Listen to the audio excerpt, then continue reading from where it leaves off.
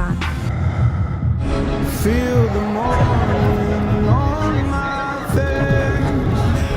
Ain't a pill that I didn't take.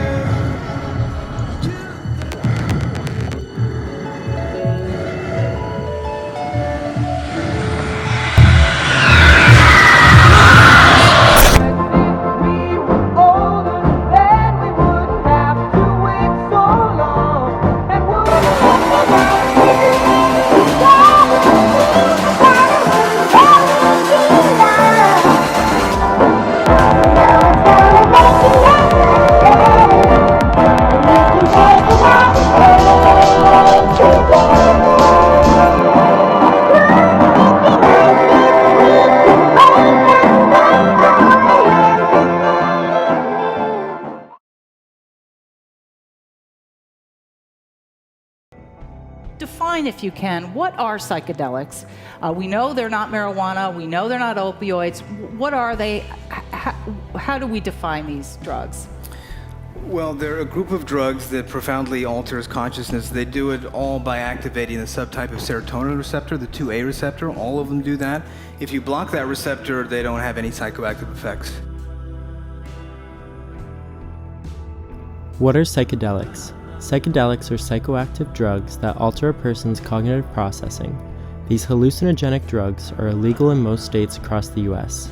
These drugs are commonly found at music festivals, raves, or used as spark or inspiration to artists. These recreational drugs are often used to enhance one's sensory system and modify perceptions of reality. Users often use these hallucinogenic drugs as a way to transcend into a separate consciousness. Although the drugs are not classified as addictive substances, users often become addicted to the effects they have on the person. That an experience with one of these drugs can be among the most profound of the whole of your life. So evidence suggests that in terms of meaningfulness, it can be up there with pretty much anything. Facing death, falling in love, or bringing in new life. So the key point is that these are not party drugs. They're incredibly powerful substances that should be treated with respect, as they have been by certain cultures for hundreds, if not thousands of years. They're unusual compared to the other drugs of abuse in that they don't meet the definition of an addictive drug. And they're not addictive. In fact, if anything, they have potent anti-addictive potential. There's a great essay written by Timothy Leary that I think is a fabulous piece in the 60s called Programming the Psychedelic Experience, in which he defined the psychedelic experience as a period of increased reactivity to stimuli, both from within and from without. So there's this increased suggestibility. It's almost like we dissolve the boundaries and the filters that keep us from sort of being flooded by sense impressions. Psychedelics, when used wisely, have the potential to help heal us, help inspire us, and perhaps even to help save us. And I heard that from many people, and they would all say the same thing. I realized, I acquired a new perspective on the scene of my life. It was like the camera had been pulled further back than it's ever been, and I saw myself, and I saw what I was doing, and I realized this is really stupid.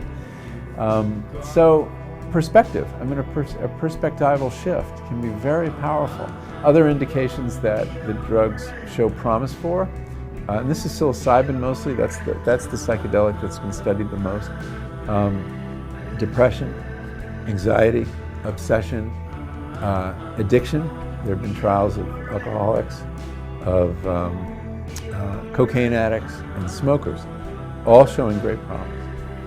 And Freud once said of dreams that they are a wall road to a knowledge of the unconscious mind, but to an even greater degree, this seems to be true for the LSD experience. Finally, the capacity of psychedelic drugs to exteriorize otherwise invisible phenomena and make them the subject of scientific investigation gives these substances a unique potential as research tools for the exploration of the human mind. It does not seem inappropriate or an exaggeration to compare their potential significance for psychiatry, psychology to that of the microscope for medicine or the telescope for astronomy, to reveal to us the very depths of our minds. Dreams and perhaps a select few other states may hint at what lies beyond the reaches of normal consciousness. Tony was a veteran in one of our pilot studies. According to the Veterans Administration, there's over 1 million veterans now disabled with PTSD. And at least 20 veterans a day are committing suicide, many of them from PTSD. The treatment that Tony was to receive was 3.5 months long, but during that period of time, he would only get MDMA on 3 occasions. After several hours, in a moment of calmness and clarity, Tony shared that he had realized that his PTSD was a way of connecting him to his friends. It was a way of honoring the memory of his friends who had died. But he was able to shift and see himself through the eyes of his dead friends. And he realized that they would not want him to suffer, to squander his life. They would want him to live more fully, which they were unable to do. And so he realized that there was a new way to honor their memory, which was to live as fully as possible.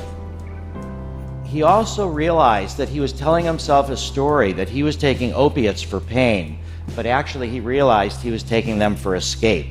And so he decided he didn't need the opiates anymore, he didn't need the MDMA anymore, and he was dropping out of the study.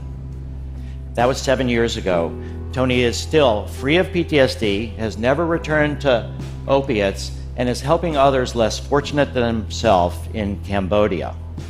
This shift in awareness is the most important and among the most important experiences of their lives. They feel more connected to the world bigger than themselves. They feel more altruistic, and they lose some of their fear of death.